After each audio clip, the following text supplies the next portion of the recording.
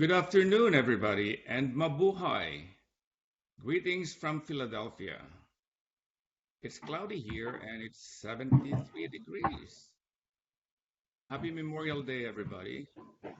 This weekend, we remember our World War II Filipino veterans, but in the context of COVID-19, remember our fallen heroes fighting the pandemic. I'm Dr. Ramel Rivera, the president of the Association of Philippine Physicians in America, one of the organizers of the Filipino-American Health Forum on COVID-19. Today, as part of our ongoing webinars on COVID-19, we present to you series number 5, Health Guidelines in Reopening Our Communities.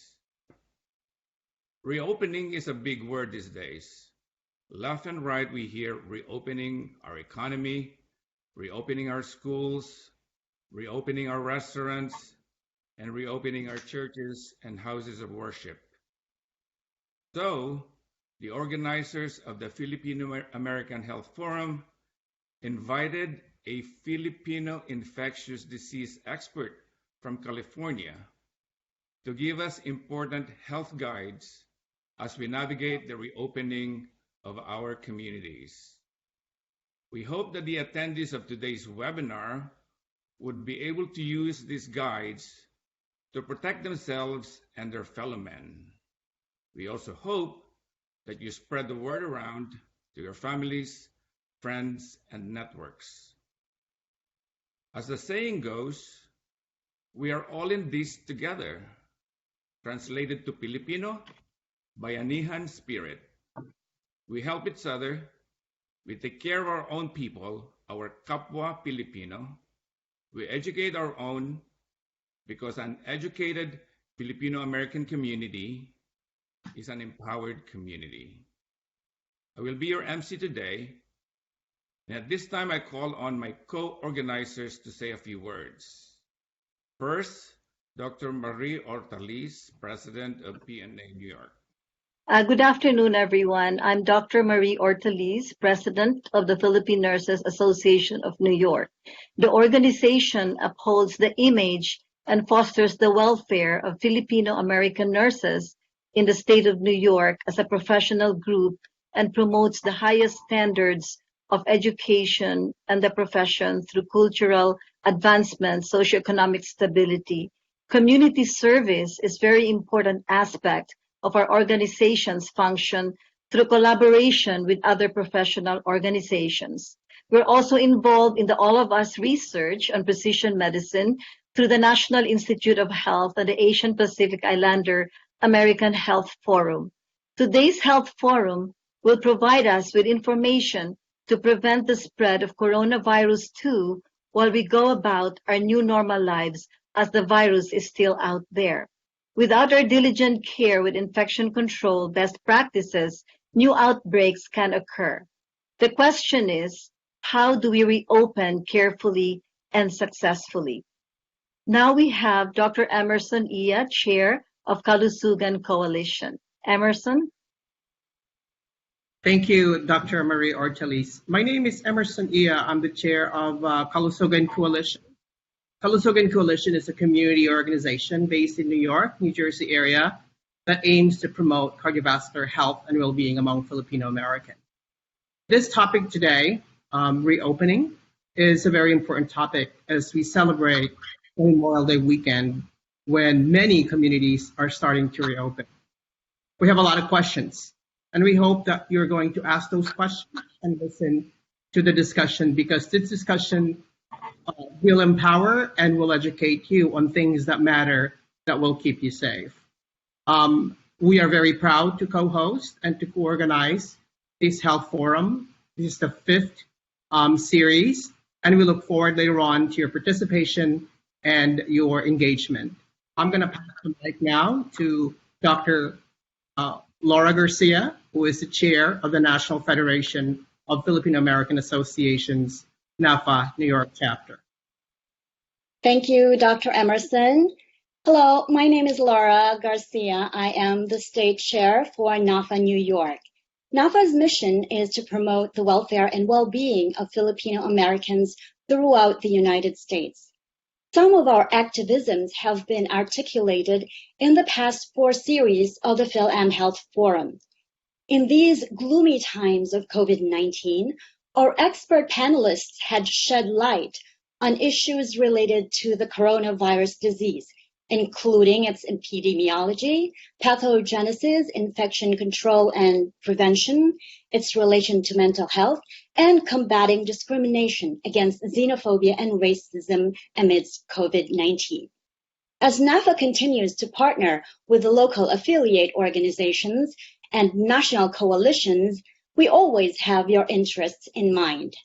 Today is the 83rd day since the first case of COVID-19 was confirmed in New York State, although it is likely the virus was present in New York weeks prior to the first confirmed case.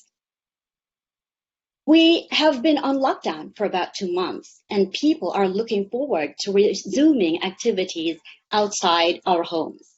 We continue to be perplexed and unsure of what life has to offer in these uncertain times. One thing, however, is certain. We wish to go back to what was once normal for us. According to our Governor Cuomo, it will take a series of steps over time to get back to anything like normal. So in preparation for the reopening of businesses and other activities, today's series is about health guidelines in reopening our communities. So welcome to the 5th series of the Phil-Am Health Forum. Now, I'd like to introduce you to Dr. Angelico Razon. Dr. Razon is the committee co-chair of the Council for Young Filipino American Physicians of the APPA. Dr. Razon. Thank you, Dr. Garcia. Happy Asian Pacific Islander American Heritage Month, everyone. My name is Angelico Razon, and I am one of the co-chairs for the Council for Young Filipino American Physicians. As a part of APPA, CFAP's vision is to amplify the voices of our members, patients, and community, and inspire every Filipino American medical student, trainee, and physician to be an effective change agent in the community's most pressing health priorities. Now I'd like to introduce Dr. Antonio Moya, my co-chair for CFAP. Great. Hello, everyone. My name is Dr. Antonio Moya, neurologist in California, and Dr. Rivera will be introducing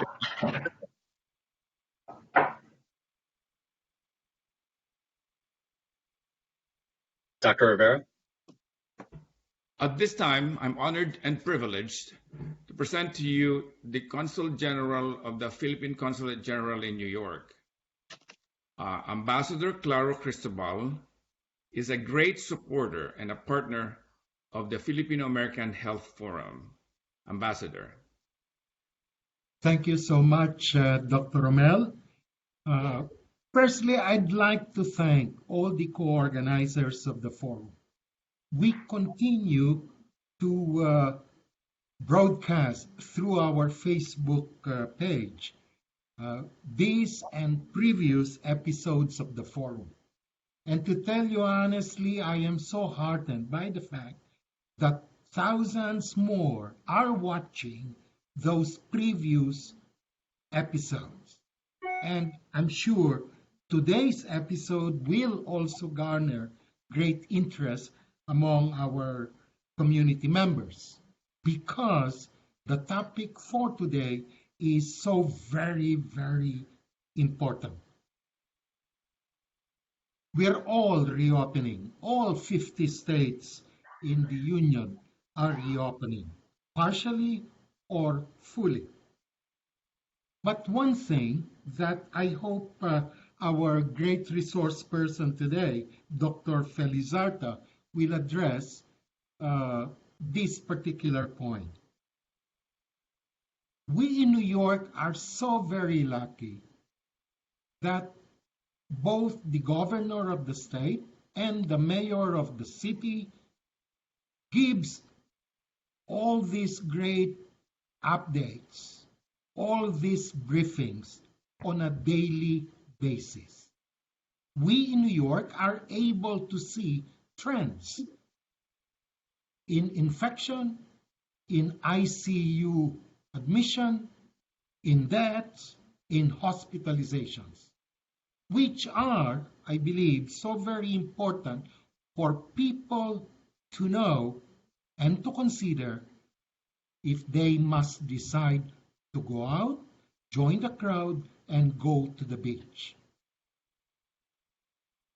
The problem is that not all places, not all cities in the Union give those briefings. Very unfortunately and really sadly, some cities, some states even stop providing data to their own citizens. How can our people living in those unfortunate places make wise decisions as we reopen? So, Doctor, your words to us will be much needed and much appreciated. And welcome to this 5th episode of the series on health. Thank you. Thank you, Ambassador Cristobal. At this time, I call on Dr. Angelico Razon to give us some health disclaimers and housekeeping rules. Dr. Razon. Thank you, Dr. Rivera. First, I'd just like to go over a couple housekeeping items to help frame our conversation for the rest of the day. I'm going to be providing these in the chat box, so give you a moment to find the chat box. So I'm going to go ahead and copy and paste them right now so that you can also review these as I go over them. So just as a reminder, this event is being recorded and may be posted publicly later. Please mute your microphone and video. And when you're joining a virtual event, please be in a quiet location and silence your cell phone as well. This video will also be posted on YouTube later so that others may be able to enjoy the event who cannot join us today. If you have questions for our panelist after the initial presentation, please use the chat box on the side. Don't forget to introduce yourself with your name and state. Dr. Ia will be monitoring the chat box for questions and comments. And for those viewing us at the Philippine Consulate Facebook page, you may also message your questions on the live stream. Our goal for this series is to build community and share information. If you or a loved one is having a medical concern, please seek medical attention from your healthcare provider. This is an evolving phenomenon, and every locality's public health situation is different. So please refer to cdc.gov, coronavirus.gov, and your local Department of Public Health for the most up-to-date information. Thank you, and Dr. Rivera will continue the rest of our program. All right, thank you, Dr. Razon. Now I call on Dr. Antonio Moya to introduce our expert speaker. Dr. Moya. Thank you. We have the pleasure of having Dr. Felizarta. Dr. Felizarta received his medical degree from the University of the Philippines College of Medicine in Manila, Philippines. He completed an internal medicine residency and an infectious disease subspecialty residency at State University of New York Health Science Center at Brooklyn. He is certified by the American Board of Internal Medicine as a diplomat in internal medicine and infectious disease. Dr. Felizarta is also a fellow of the American College of Medicine and Academy of Physicians in Clinical Research. He has research experience as a principal investigator in more than 170 clinical trials related to the treatment of patients with HIV, chronic viral hepatitis, and non-alcoholic fatty liver disease, having written more than 40 publications on these topics. Thank you, Dr. Felizarta. You can share your presentation now. Thank you for the kind introduction, Dr. Moya. So, good afternoon to all of you. Sa mga taga-Pilipinas, magandang umaga ho. I know it's about 2 a.m. in the Philippines right now. Sa mga gising pa sa Mauban, Quezon, that's my hometown. Kumusta ko ho kayo? Today, we're gonna discuss about the health guidelines, specifically COVID-19 health-related guidelines in reopening our communities.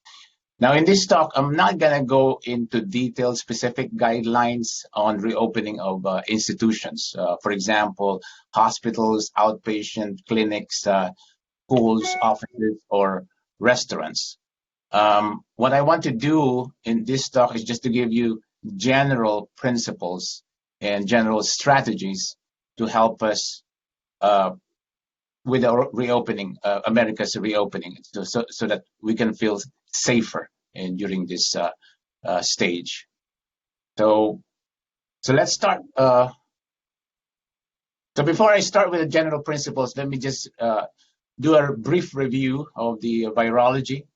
So as you can see here, we have a cartoon of the SARS-CoV-2, which is severe acute respiratory syndrome, coronavirus 2, which is the etiology of COVID-19, which is coronavirus disease 19. As you can see here, it has prominent spikes, and this is the one that attaches to the ACE2 receptors, these angiotensin converting enzyme receptors. These are in the respiratory tract and the heart, so that's why SARS-CoV-2 can cause pneumonia and myocarditis.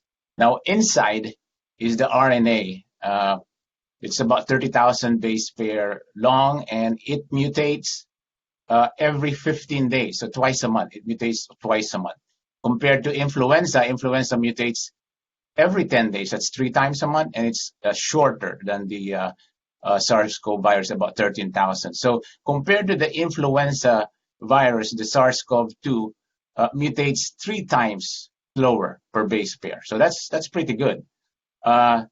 One thing that's important, though, is immunity. So if there's existing immunity in the community, for example, influenza, there's existing immunity because of prior infections and immunization, there's more pressure, evolutionary pressure, to have significant mutations. With CoV-2, there's virtually no immunity.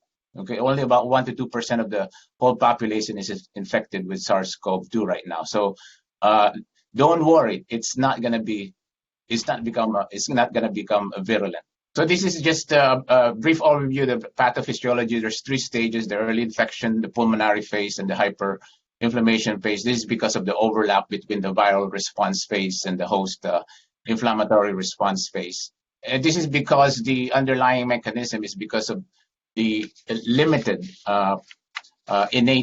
antiviral innate immune system, so that the other immune system overcompensates, so producing the hyperinflammation. So usually we're going to use antivirals in the early phase, like remdesivir. We use that, maybe convalescent plasma, maybe interferon beta. In the late phase, we usually use interleukin receptor antagonists like tocilizumab and maybe steroids. Also, there's a hypercoagulable state, so we use anticoagulants. In my practice, I use all of them: remdesivir, convalescent plasma, tocilizumab, steroids, and anticoagulants. Right now, I've seen about 60 patients, about 30 in the ICU, 15 intubated. We have 5 deaths so far, and but we're able to extubate 5 of our patients, including a 75-year-old and an 81-year-old. So we're pretty pleased with our protocol. So we're going to start with 6 general principles. So the first principle is the epidemic doubling time. So this is how long it takes for the number of cases to double. So 1, 2, 4, 8, 16. This is based on multiple factors, but there's 2 important factors. One is the basic reproduction number. And for the COVID-19 virus, it's 2 to 4. The best estimate of WHO is about 2.5. So the basic reproduction number is how many people any given person will infect on average before they die or recover. Okay, so in this example, the basic reproduction number for COVID-19 is 2. So patient 0 will infect 2 people, and then in the next generation they will each infect 2 people, and so on. So as you can see here, this is a figure of the basic reproduction numbers of the other viruses. And remember, it's 2 2 to 4 for the COVID-19, and you compare it to seasonal flu, it's from 1 to 1.5. SARS is actually 3, so it's as infectious as SARS-CoV-2. And of course, compared to the common cold, common cold is 2, a little bit less infectious. Chickenpox is 8, and measles is 15, so they're very infectious. That's in the x-axis. The y-axis is the mortality rate. We're going to talk about that in the next slide. The second important factor is the serial interval. The serial interval is the time between successive cases in a chain of transmission. So it's between the primary case and the secondary case. For the COVID-19, is 4 to 5 days. CDC had just released guidance, and they think it's about 6 days. That's pre-publication, though, so I'm going to stick with the 4 to 5 days. So here in an example, COVID-19 will infect 2 people after 4 to 5 days, okay? And then they each infect 2 people after 4 to 5 days, okay? So remember the basic reproduction time and the serial interval. So based on those factors, you can see that this is the estimated doubling time. It's about 3 days. So this is how long, remember, this is how long it takes for the number of cases to double. So 1, 2, 4, 8, 16, 32, 64, 128, 256, up to 1,000. That's 10 generations. Okay, so initially, the epidemic doubling time was 3 days for the COVID-19.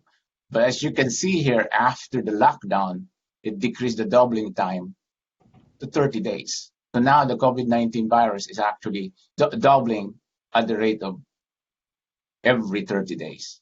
Okay, so now my point here is initially it looks like it's going to be slow, right? So after 10 generations, that's 3 days each. That's after 1 month. From 1, it becomes 1,000, right? But after 10 more generations, which is another 30 days, which is another 1 month, 1,000 will become 1 million. Yeah, 1,000, 2,000, 4, 8, 16. It's logarithmic. And then after 10 more generations, that's another 30 days, the 1 million could become 1 billion. Okay. But fortunately, the lockdown works that 1 million will become 2 million after 30 days. So we were able to decrease the doubling time of the virus with the lockdown. So my point here is we have to be very careful. So if we're not careful, that 1 million can easily go to 1 billion. But with lockdown and mitigation measures, we were able to decrease the doubling time to from 3 days to 30 days. Death rates. Okay, so the death rates depends on the age of the patient and the comorbidities. So in the left side, you'll see we're comparing COVID-19 and the flu. So for 65 and above, the case fatality rate for COVID-19 is about 10%. Okay, for 20 years and below, it's about 2 in 1,000. So 16 above, 1 in 10 will die. For less than 20 years old, it's 2 in 1,000 will die from the infection. For flu, it's about 1% for 65 and above, that's 1 in 100.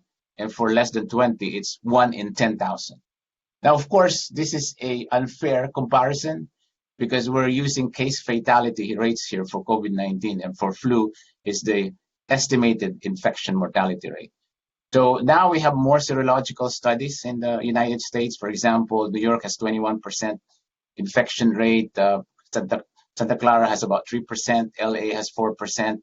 So we have more data, and it looks like about 5% of the United States is infected right now. Using that, then the infection mortality rate is actually 5 times lower than the case fatality rate. So right now it's about 5%, the case fatality rate. These are patients who are hospitalized, but the true infection fatality rate is probably about 1%. Okay, 1%.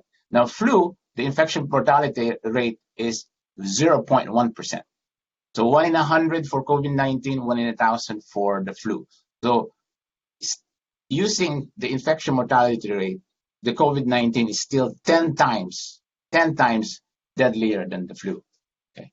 On the right side, we have the death rates with pre-existing conditions. So it depends on the pre-existing condition. For example, if the patient has heart disease, the chance of dying is 10%.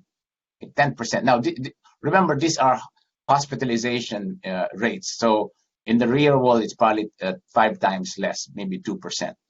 Now, compare it to patients with no comorbid conditions. The case fatality rate is 1%. Maybe the infection mortality rate is maybe 0.2%. So there's a big difference, 10 times difference. For age, though, it could be 100 times difference. Now, remember, the pre-existing conditions includes heart disease, diabetes, chronic respiratory disease, high blood pressure, cancer. You should include obesity too. Obesity is another comorbid conditions, chronic kidney diseases and chronic liver diseases. So the third principle is the herd immunity. Now, herd immunity is a form of indirect protection, okay, for infectious disease that occurs when a large percentage of the population has become immune to an infection, providing protection. So this is more of a societal barrier for individuals who are not immune. So this is either through previous infections, these are natural infections, and or vaccination. So, for example, for influenza, since we have vaccination, then you only need to infect a smaller portion of the population to achieve herd immunity. In order to achieve herd immunity for influenza, that's about 30% of the population. Now, since we have vaccination, the vaccination rate of America is about 40%, but it's only 50% effective. So essentially, there's only 20% with effective vaccination. So, but remember, influenza has to reach 30%, so it has to infect 10% more of the population. So usually, they'll have about 35. The United States population is about 330 million, so about 35 million will be infected, and about 35,000 people will die from it. That's 0.1% infection mortality rate, 0.1%. Now, how about the herd immunity? How many percent of the population for COVID-19 that needs to be infected to achieve herd immunity? So the calculation is actually quite basic. It's 1 minus 1 over the basic reproduction number. Okay, remember the basic reproduction number? So for influenza, it's about 1.4. So 1 over 1.4 will be about 0.7. So 1 minus 0.7 is 0.3. That's a 30% to achieve herd immunity. How about COVID-19? COVID-19, in a best case estimate of WHO is 2.5. Okay, it affects 2.5 persons before recovery or death. So 1 over 2.5 is 0.4. So 1 minus 0.4 will be 0.6. That's 60%. So what if remember, we're not pretty sure about the reproduction number. Some of the studies shows it's 4. So if it's 1 over 4, that's 0.25. 1 minus 0.25 will be 0.75. So the range is 60 to 75 of the population has to be infected or vaccinated to achieve herd immunity. Okay, so let's get the conservative number, which is 60%. Now remember, the 35,000 deaths from influenza is because of infecting 10% of the population. Okay? 10%. Now, the COVID-19 is 10 times deadlier than influenza, but influenza only needs to infect 10%. COVID needs to infect 60%. So that's 6 times 10. That's 600 times. That's 60 times worse than influenza. Okay, so if there's no mitigation, there's no social distancing, no banning of gatherings, 60% of the population of the United States will be infected, and with a 1% mortality, that's almost 2 million. Okay, this is without mitigation pressure, mitigation strategies. So that's actually consistent with the 1% infection mortality rate for estimated for COVID-19. CDC just published a guidance, and they think it's from 0.05 to 0.5% to 1%. So, but it's pre-publication. So I'm hoping to get that publication. So now that's why this is the reason why we're not using natural herd immunity, and that we're using more of a vaccination strategy to achieve herd immunity. So what is the timeline now for vaccine for COVID-19? As you can see here, it looks like our best case scenario is August to September. So that's 18 months from when they begin to start the studies in February. 18 months. Usually it takes about 10 years to develop a vaccine, more than 10 years. Now, of course, we can overlap the phase 1, phase 2, and phase 3 trials. We do it in HIV trials all the time. So we can shorten the duration. Second is you can make the factories during phase 2. And then you can produce the vaccines during phase 3 so that by the time it's approved, you already have all the doses. So that's why it's doable. We can do this probably in 2 years, maybe 18 months. I don't know about 1 year. You know, we need to be lucky in 1 year to have a vaccine ready within 1 year. The second problem is out of 100 candidate vaccines, only about 1% are approved. Okay, out of 10 vaccines that goes to phase 1, only 10% are approved. Right now we have 100 candidate vaccines. Okay, only about 10 in phase 1 trial. So mathematically, we're going to have 1 vaccine approved. So we need more candidate vaccines, hopefully, and hopefully we'll have at least 30 vaccines going to phase 1. So that at least we'll have 2 to 3 vaccines approved within 18 months to 1 year. My point here is, you know, we're hoping for the best. We're hoping for a vaccine within 1 year, but realistically, we cannot rely on the vaccine for the next 2 years. We need to have a contingency plan if we don't get the vaccine within 2 years. Okay. Now, I mentioned a while ago that the lockdown worked. Okay, beautifully. It decreased the doubling time from 3 days to 30 days. However, we cannot sustain a lockdown for 2 years. You know, it's unsustainable. Because of the economic costs, because of secondary deaths. Of course, COVID-19 can also decrease secondary deaths. You know, I'm pretty sure it decreases motor accidents. But there'll be more secondary deaths from the deaths of despair, for example, suicide, drug-related deaths, alcohol-related deaths. So it's unsustainable. So we're stuck between these two, lockdown and natural herd immunity. There should be a sweet spot between the two. Okay. Well, so maybe, you know, we can learn from the Swedish. You know, the Swedish did everything they could except for a lockdown. They did social distancing and they banned gatherings of 50 or more. They were able to flatten the wave somewhat. They're still halfway in their epidemic curve, but at least they did not overwhelm their health systems. Okay? They did not overwhelm their health system. But what is the cost? Sweden have 4,000 deaths right now, and their neighbor, Norway, which has the same demographics, has 20 times less.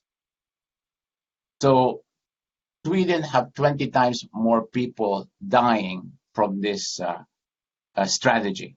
Okay, so, and most of these people are the elderly, and 1/3 are from the nursing homes. So they failed to protect their elderly, the vulnerable, and the nursing homes. So if we're going to do this strategy, we better protect our elderly, the vulnerable, and especially the nursing homes. Right now, 25% of deaths in the United States are from nursing homes. Okay, so we can learn from other countries. The second is we have to expect, after reopening, we have to expect secondary waves. Okay, we actually have to be prepared for a big secondary wave. But maybe with using these strategies, we can decrease the frequency and the severity of the secondary waves. In essence, in HIV and Hep C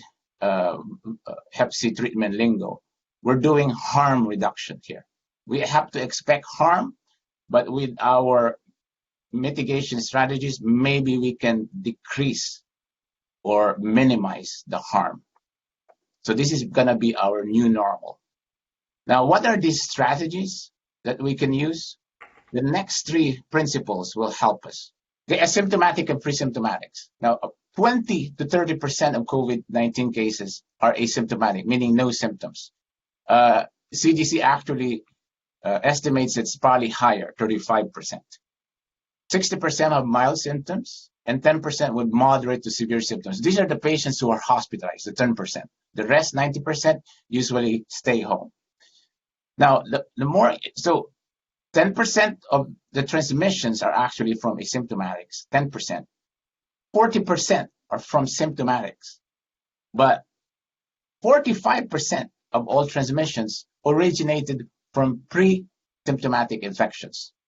So what is this pre-symptomatic infection? So pre-symptomatic infectious period is the time during a person can transmit virus to others before the onset of symptoms. So in this figure, you can see the incubation period on the left upper side. The incubation period is from infection to the onset of symptoms. Now, there's also a latent period. That's from onset of infection to onset of infectiousness. Okay. The mean incubation period for COVID-19 is 5 days. The mean latency period for COVID-19 is 3 days. That means the infectious disease period from the onset of infectiousness to onset of symptoms is 2 days. Okay, so I call this the danger zone, the danger period, because a person can infect another person during those 2 days before the onset of symptoms. Now, SARS, the infectious disease of SARS is after the onset of symptoms. Most of the transmission for SARS happened 1 week after the onset of symptoms. So you can stop SARS, but it's very hard to stop COVID-19 because a person can infect another one 2 days before they get sick. So my point here is we really have to assume that everybody is infected and can be infectious, even if they have no symptoms. Remember, most of the transmission is from this pre-symptomatic stage. Okay, this is different for patients who have no symptoms at all. The transmission, the contribution of that is much less, 10%. So the next principle is what we call exposure, time, and distance. So in order to get infected, you need to get exposed to an infectious dose of the virus. And right now, this is more of a guess. It's about 1,000 viral particles. They're working on this. Now, breathing produces 20 viral particles per minute.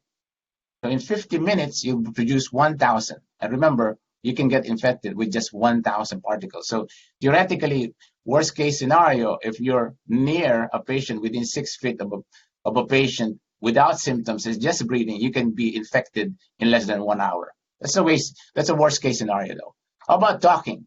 It produces 200 per minute, 10 times more. So theoretically, you can be infected in 5 minutes. Singing, loud talking is even worse. Worst case scenario, in a few minutes you will be infected. So gatherings where people have singing and loud talking will be the worst case scenario. So for example, concerts. Okay, please avoid concerts. Sports arenas, even choir. If there was a report from Washington, and there were 61 choir members who attended a practice, and 55% got infected with COVID-19, confirmed, and about 90% became ill.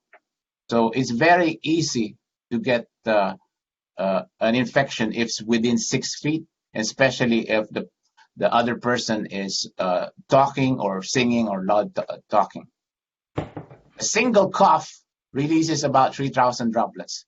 The chance of having a viral particle per droplet is about 30%. So 3,000 droplets is equivalent to 1,000 viral particles. So a single cough can theoretically infect you.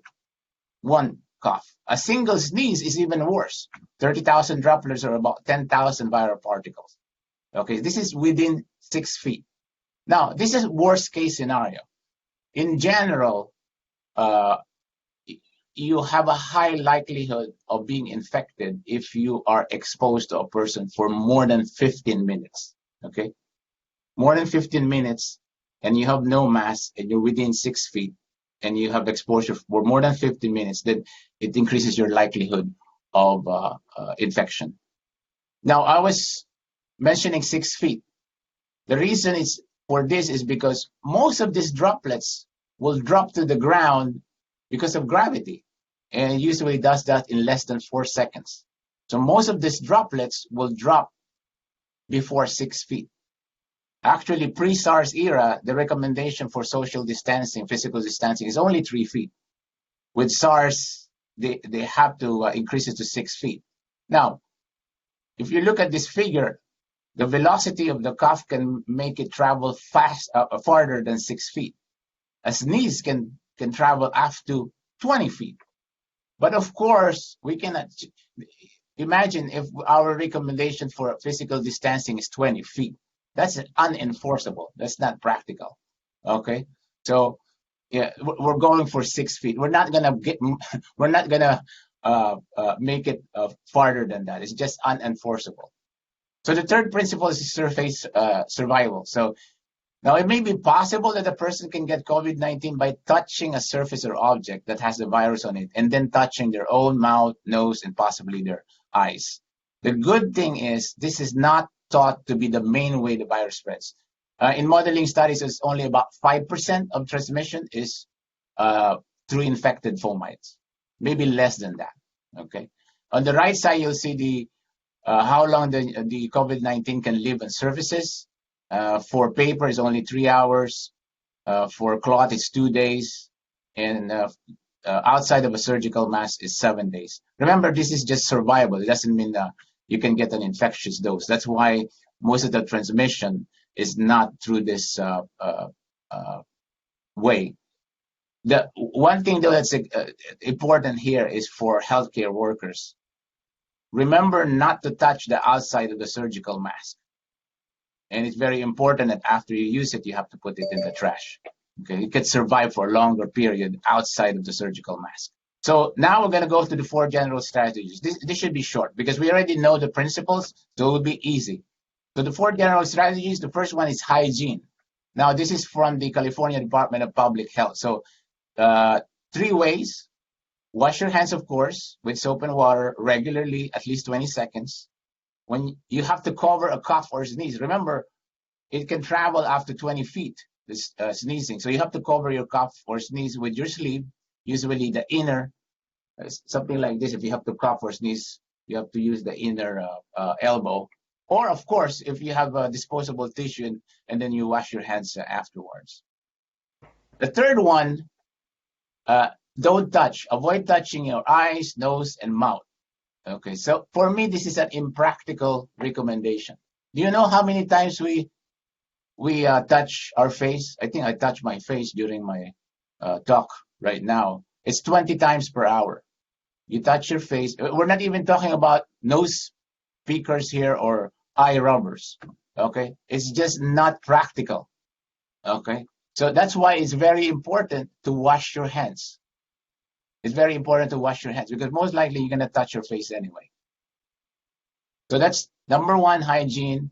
Of course, if you're sick, you have to isolate yourself. Isolation, usually you need to, if you're sick, usually you have to isolate. You can get out of isolation 10 days after the onset of symptoms. Only if you have no symptoms. If you have afebrile for the last 3 days, or you have decreasing symptoms in the last 3 days. Now back to work though, they're usually more restrictive. They want you to have no symptoms at all, and sometimes 14 days after the last symptoms. That's too restrictive though. Number 2 is physical distancing. So this is important. Remember the 6 feet, okay? Avoid gatherings where usually especially if there's loud talking or singing. So if you can maintain that 6 feet, that's good. So the third strategy is symptom screening in workplaces. Now remember, 40% of transmission is from symptomatic cases. So now not all patients who are sick will isolate themselves. Okay, they'll try to go to work or so to go outside. So you have to check the temperature at main entrances using a no-touch thermometer. Usually it's 100 degrees Fahrenheit. And remember the urinal variation. So in the morning it can be 99. So you also have to remember only 50% of patients will have a fever. So you still have to screen for any of these symptoms in the last 2 weeks. So cough, shortness of breath, fever, muscle pain, sore throat, and new loss of smell or taste. Now, anosmia, the new loss of smell, is pretty accurate. In some of the studies, if you have one of the symptoms plus anosmia, the chance that you have COVID-19 is up to 50%.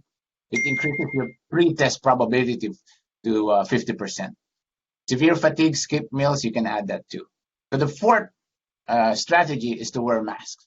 You need a second line of defense. You need to have some redundancy. What if you cannot maintain a 6 feet distance? Let's say you're going to an elevator. So it's very hard to maintain 6 feet distancing in an elevator. What if the other person coughs or you cough? Remember, it can travel up to 20 feet.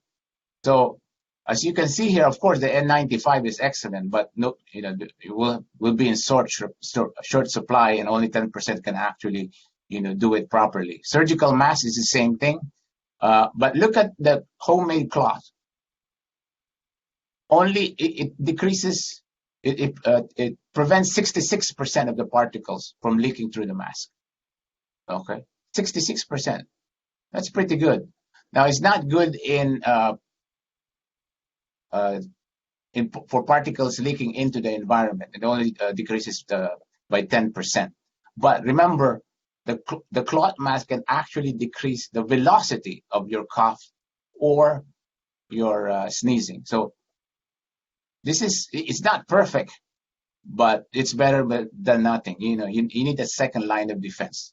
So redundancy is very important. So the 4 strategies is hygiene, physical distancing 6 feet, screening for symptoms, and wearing masks. So those are the 4 strategies. Thank you, Dr. Felizarta. I think those are very important guidelines for our community: wearing masks, physical distancing, hygiene, washing your hands, and others. Thank you. So now we go to the question and answer section. Do we have questions from first the organizers? Marie, I think you have a question. Just yes, short. Thank you. Thank you very much, Dr. Felizarta. My question is, what might be the reasons why 66% of new admissions from data gathered from 100 New York hospitalizations related to COVID-19 are people who were at home? So this is actually not, this is actually expected. They said it was shocking, but it's really expected, because if you look at the mortality data, and this is the same thing as the hospitalization data, it's highest in patients who are 65 and above and those with comorbid conditions. So if you look at that data, about 20% of those patients were in nursing homes, 20%. And so imagine if you have a 65 and above with comorbid conditions, they're either retired or unemployed. So for me, that's expected. So that's why it's very important that we in this reopening, that we protect our elderly, the vulnerable, and the nursing homes. And that's why we have to, the chance of dying from COVID-19 if you're 20 and below is pretty small. So you're doing this, to benefit your parents, your grandparents. We have to protect them. Thank you. All right. How about a question from the chat box? Can we have a question from the chat box? Emerson? Yes, Dr. Felizarta, there's a question here. I'm going to read it out loud. This is the question. There's a growing group of people, including doctors, that are planting seeds that masks do not protect people from infection, that the number of COVID-19 related deaths are inflated to pursue federal funding, and that the stay-at-home orders are in violation of our civil liberties. In your opinion, what is it that they do not understand? Well, let's talk about the inflation of the numbers. If anything, it's actually undercounted. So if you look at the death certificates, there's actually more deaths. If you look at the death certificates, it looks like our reported deaths is 50 to 80% of the deaths if compared to the death certificate. So there's really more of undercounting rather than inflation of the deaths. Yeah, we're talking about the mass. Well, already explain it. It's not perfect. It only decreases by 66%, but still, that's a good second line of defense.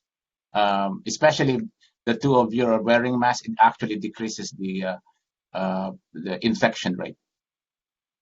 I mean, it's not the most important is social distancing, physical distancing. So it's just better to have a second line of defense. So that's not wearing masks is not your most important strategy. All right. I think we have another question from the chat box from Dr. Moya. Can you read it, or can Dr. Moya? Sure. So I asked here, what is the latent period for SARS-CoV-2? Or in other words, how long from the time of the virus exposure to the onset of infectiousness? The reason why I ask this is because many Filipinos and Filipino Americans are in the healthcare industry, nurses, doctors, etc., and are struggling to see how they should, whether or not they should quarantine themselves while they're working in the hospital, and if so, for how long? So the mean incubation period is 5 days. Okay, 5 days. And the mean latency period is 3 days. So it means it becomes infectious just 2 days before the onset of symptoms. But this is the mean. This is the mean values. Remember, the incubation period can be up to 14 days. And the infectious period can be up to 5 days before the onset of symptoms. So, and the infectious period after that can be up to 8 days in patients with mild symptoms. We don't know if you have a patient with moderate or severe symptoms. I have a patient that we extubated after 45 days, and we were trying to send him to another nursing facility, and he keeps having positive PCRs 55 days after. Of course, we know it's probably not infectious anymore, but but we don't have much data in patients with moderate or severe symptoms. But in mild symptoms, it's 5 days before onset to about 8 days after that. So about 13 days infectious period. But if you're looking at the mean, most of the infections will actually happen. Most of the infectious period will be a day before, and then that's the peak, and the mean is 2 days before.